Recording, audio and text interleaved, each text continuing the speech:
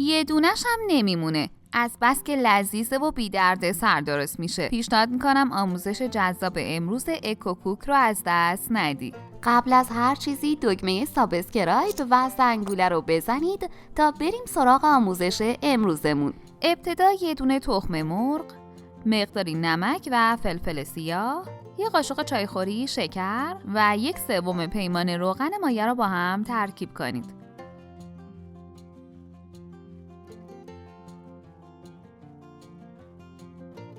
یه پیمانه آب ولرم،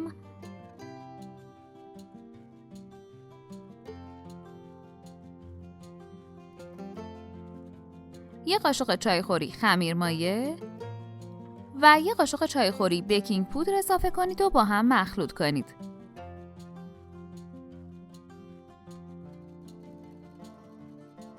دو پیمانه آرد رو به تدریج اضافه کنید و به مخلوط کردن ادامه بدید.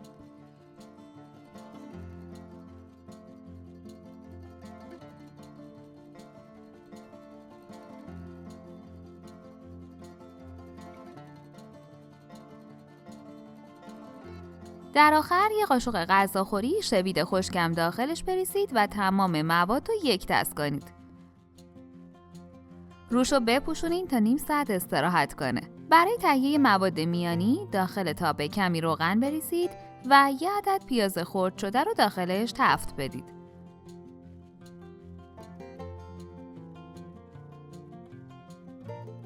نصف یک فلفل دلمه خرد شده،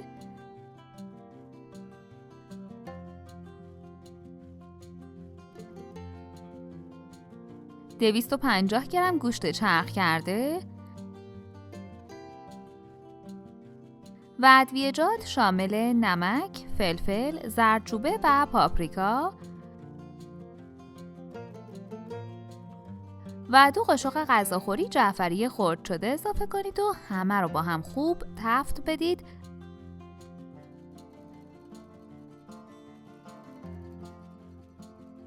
و درشو بذارید تا پخته بشه.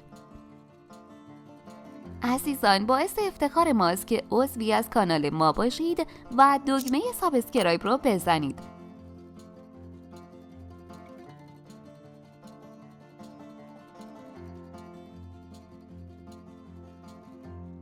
برای درست کردن کرپ‌ها کف یه تابه رو با فرچه کمی چرب کنید. رینگ فلزی مخصوص کوکو رو هم کمی چرب کنید و داخل تابه بذارید.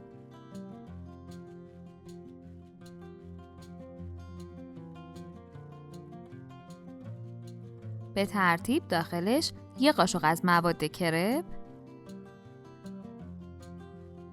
کمی مواد گوشتی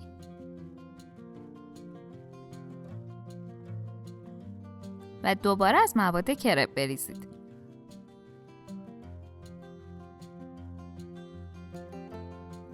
زمان بدید تا پخته بشه.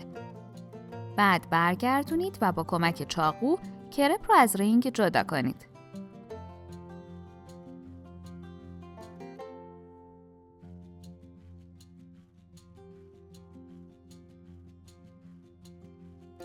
اون سمتش هم که برشته شد دیگه آماده است.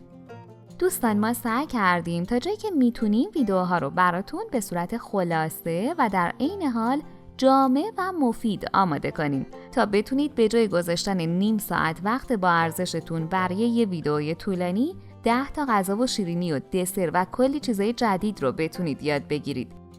حتما این خوشمزه‌های جذاب رو توی مهمونی‌ها و جشن تولدات درست کن، چون خیلی خسته و فوری هم آماده میشه. برای حمایت از ما لایک و کامنت رو فراموش نکنید دوستان. نوش جان.